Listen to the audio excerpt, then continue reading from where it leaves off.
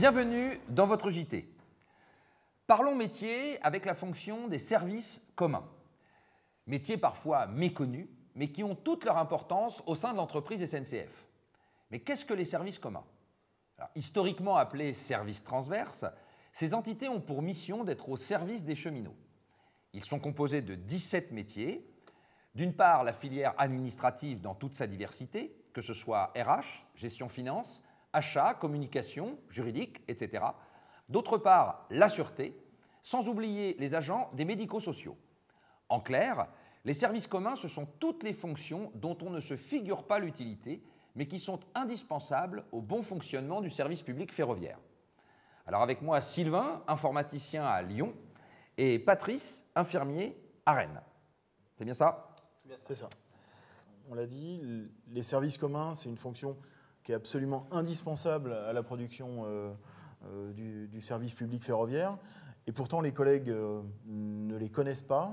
On ne connaît pas toutes ces fonctions-là. On ne se figure pas leur utilité. Sylvain, en quoi ces métiers sont-ils indispensables? Sans les agents qui sont dans les centres mutualisés de gestion administrative, pas de paye. D'accord. Sans l'informatique, rien ne roule. Ouais. Sans les centres médicaux, pas de visite médicale, donc pas d'agent apte à conduire les trains. Enfin, tu t'arrêterais toute la production si tu n'avais pas ces services indispensables. Alors, sur le sujet des services médicaux, la CGT, elle dit quoi? Donc la CGT, elle revendique des médicaux de proximité. Et l'entreprise elle est en train de démanteler réellement le service médical, donc on se bat pour. Et on a obtenu quand même des avancées qui sont notoires. Il faut quand même mettre en avant. On a ouvert un centre d'aptitude à Rennes, à Strasbourg, à Marseille, à Toulouse. Je pense que j'en oublie.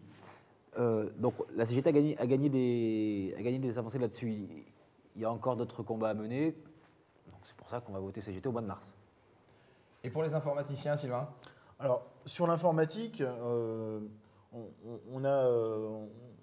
sort de nombreuses années de lutte. Ça fait quand même quelques années que l'entreprise cherche à tout prix à externaliser cette activité. On a eu une lutte contre un partenariat avec IBM où on a réussi à ce qu'IBM sorte de la coentreprise qui avait été montée. Mais Sylvain, moi j'ai entendu dire qu'un informaticien dans le privé coûte moins cher qu'un informaticien cheminot. Alors ça, c'est le complexe du cheminot qui coûte très cher. Donc c'est vrai ou c'est faux? L'entreprise nous le martèle. Si on écoute l'entreprise, un cheminot coûte plus cher. Pourtant, c'est pas vrai. C'est juste pas vrai. Sur l'informatique, on en a les preuves. Ça fait partie de notre bilan et du bilan de nos élus CGT en comité d'établissement. Parce que les comités d'établissement, ce n'est pas rien que les activités sociales. C'est aussi le volet économique. Et dans ce cadre-là, on a eu une étude externe qui a été commanditée par 3 CE et qui a abouti et qui a forcé l'entreprise à donner les chiffres. Parce que dire qu'on est cher, c'est faux. C'est faux et les chiffres l'ont démontré.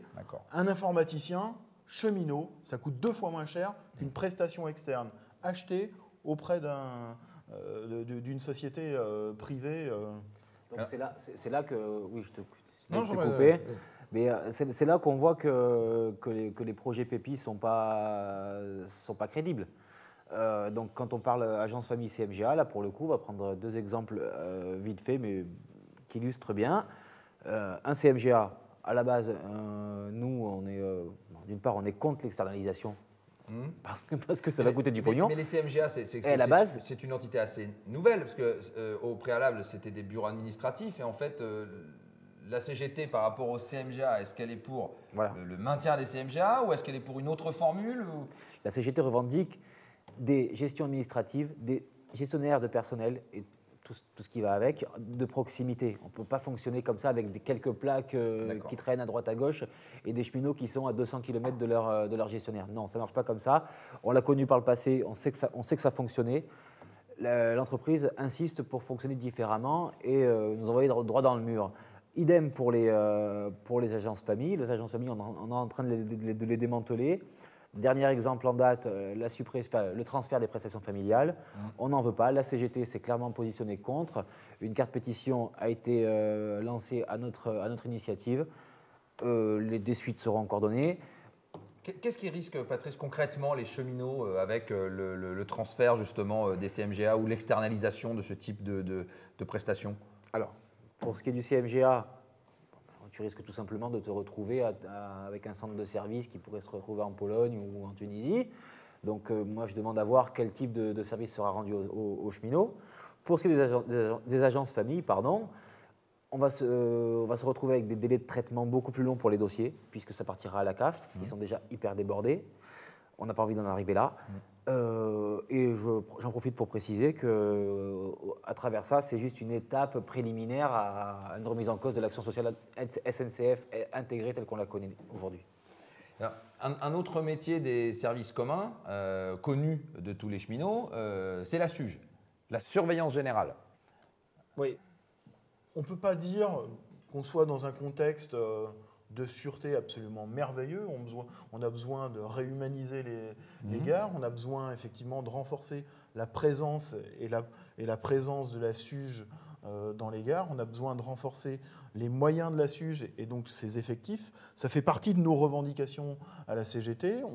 Elles aboutissent, ces on a revendications? quand même eu effectivement quelques avancées avec du maintien d'effectifs. Tout n'est pas encore fait. Il faut continuer de travailler sur le sujet, mais clairement, on a gagné des choses. Pour 2014, excuse-moi Sylvain, pour 2014, on aura un maintien des effectifs de la SUGE, une augmentation des effectifs de certaines brigades cynophiles, pour les chiens, pour ceux qui ne connaissent pas, enfin pour les chiens, l'équipe accompagnée de chiens. Ouais. Donc ça, c'est clairement à mettre au crédit de la CGT. De la CGT. On se met bien d'accord. Ces attaques contre les services communs qui étaient autrefois en proximité, on arrive maintenant à une situation où l'encadrement notamment, alors les cheminots en général, mais le personnel d'encadrement plus particulièrement, se retrouve en rase campagne sans soutien. Désormais, quand l'encadrement a une question sur de la réglementation RH, il n'a plus personne à qui poser cette question. On a la même problématique sur une problématique d'achat. Enfin, on peut décliner tous les métiers, effectivement. Nos collègues cheminots et nos collègues de l'encadrement se retrouvent sans soutien de toutes les fonctions support qui sont dans les services communs.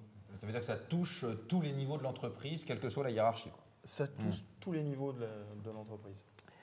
Eh bien, messieurs, merci beaucoup. Merci à toi.